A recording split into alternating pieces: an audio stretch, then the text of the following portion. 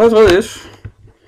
Nu skal I høre, far han har været på kursus i onsdags, og vi skal snakke lidt om, hvordan man laver en diskussion. Og så tænker jeg, nu kan jeg lave sådan en lille screencast til jer. Men vi skal jo i gang med at lave sådan en dejlig skriftlig opgave, og I har nu afleveret spørgsmål nummer 1, hvor I skulle kigge på Venstres debatmappe. Og I skulle inddrage nogle dejlige begreber og så videre. Og det håber jeg, det har jeg selvfølgelig gjort til 12-tal alle sammen. Nu kommer vi til nummer 2, som er diskussionsspørgsmålet. Og det diskussionsspørgsmålet er jo sådan måske lige tanden sværere end undersøgelsesspørgsmålet, fordi at der skal man jo stille en diskussion op. Og det er, det kræver, at man lige laver lidt forberedelse. Og det man kan starte med at gøre, det er, at man selvfølgelig er meget opmærksom på, hvad er det? Yes. Hvad var det for et spørgsmål, som der var i opgaven? Det var så det her. Diskutere, hvorvidt Venstres strategibevis har været effektiv. Inddrag bilag 2 og 3, samt begreber om vælgeradfærd og begreber om politisk kommunikation og spin. Okay, så vi skal have inddraget bilag 2 og 3. Så kan man jo, når man har sin diskussion her, så kan I jo starte med at lave nogle noter, hvor I siger, okay, bilag 2, grundlæggende, hvad handler det om? I skal have nogle hovedpunkter derfra. Hvad er det, I ligesom kan tage med fra det bilag? Fordi under andre omstændigheder, så skal I læse det, og I skal have nogle, nogle pointer derfra, som kan inddrage til diskussionen.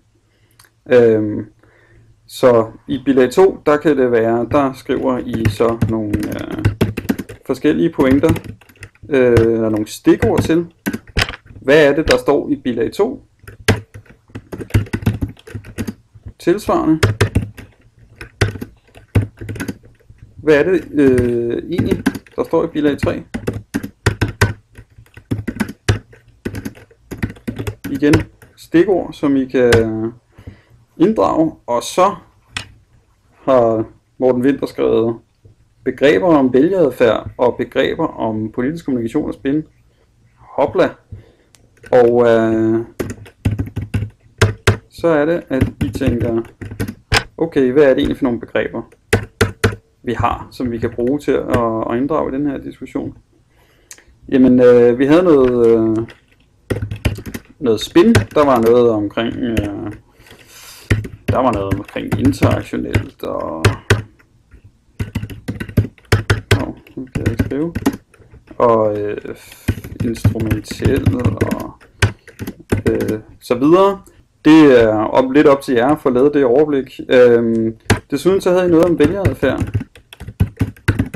Og der kunne man jo kigge på, jamen der var noget, der hed class voting for eksempel.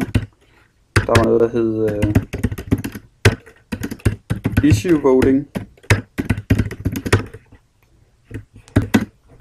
Få lige sådan skrevet de begreber op ganske hurtigt. Det virker måske sådan lidt firkantet til at starte med her, men det er sådan set det, der i sidste ende vil lede frem til, at I laver en god diskussion. Så, nu har I ligesom gjort lidt forarbejde. Så er I sådan en situation, hvor I skal begynde med at finde nogle argumenter frem til den her diskussion. Og det, som I selvfølgelig gerne vil lave, det er en side, som siger, Venstres mediestrategi er effektiv. Den vil vise sig at være effektiv. Og så har I nogle modargumenter, der siger, Venstres mediestrategi, som det kommer til udtryk i det bilag, som jeg lavede i den anden opgave, den viser sig at være ineffektiv. Så I kan simpelthen lave sådan en lille I kan sgu da lave sådan en lille tabel her.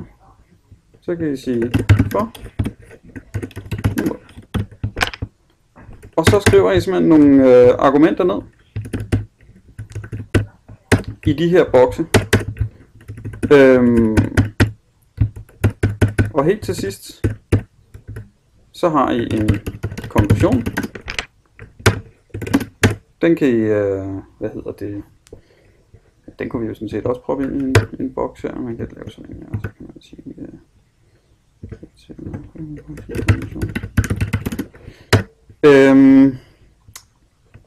på den her måde, der sikrer I, at I får lavet en helstøbt diskussion.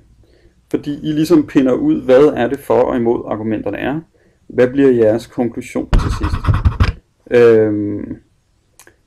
Og det gør også, at I kan, at det er meget nemmere at lave en struktur på det bagefter. Fordi her, der kan I jo sådan set igen bare skrive i stikord. Det er igen det forarbejde, som I gør for, at I har noget indhold at kunne skrive ind i jeres diskussion. Og så er det jo selvfølgelig vigtigt, at når I har de der argumenter her, at I så lige sørger for at kigge på, får jeg brugt de her begreber? Får jeg dem egentlig ind i det, der bliver, i de her argumenter? Får jeg brugt bilagene i den her for- og imod diskussion? Og så er konklusionen til sidst, eller så bliver karakteren, den bliver så for eksempel 12, hvis I nu gør alle de ting, som jeg nævner her. Og det tager ikke længere tid at gøre, end det I plejer at gøre.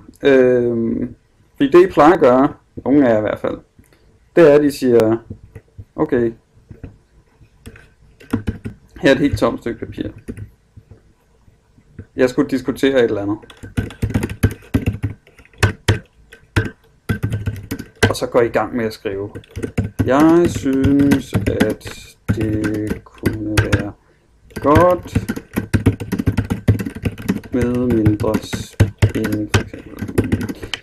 Pointen er, hvis I starter fra det tomme papir, og det ved I måske godt efterhånden, jamen så har I ikke noget skelet, I har ikke nogen struktur til at gå i gang med at lave jeres diskussion. Og så ender I med at skrive for lidt. Det bliver noget vrøvl. I ender med at sige sådan, nu må jeg nok have skrevet nok, for nu har jeg skrevet næsten en side. Og så afleverer jeg det bare. Så bliver Morten sur, og så giver han jer måske 4 eller 2 eller sådan noget for jeres opgave, og så bliver I sure, og så fremdeles. Så struktur, det er vejen til totalt lækre opgaver og mere glæde i livet generelt. Det var alt herfra. Kan I have det så dejligt, så vi ses på fredag.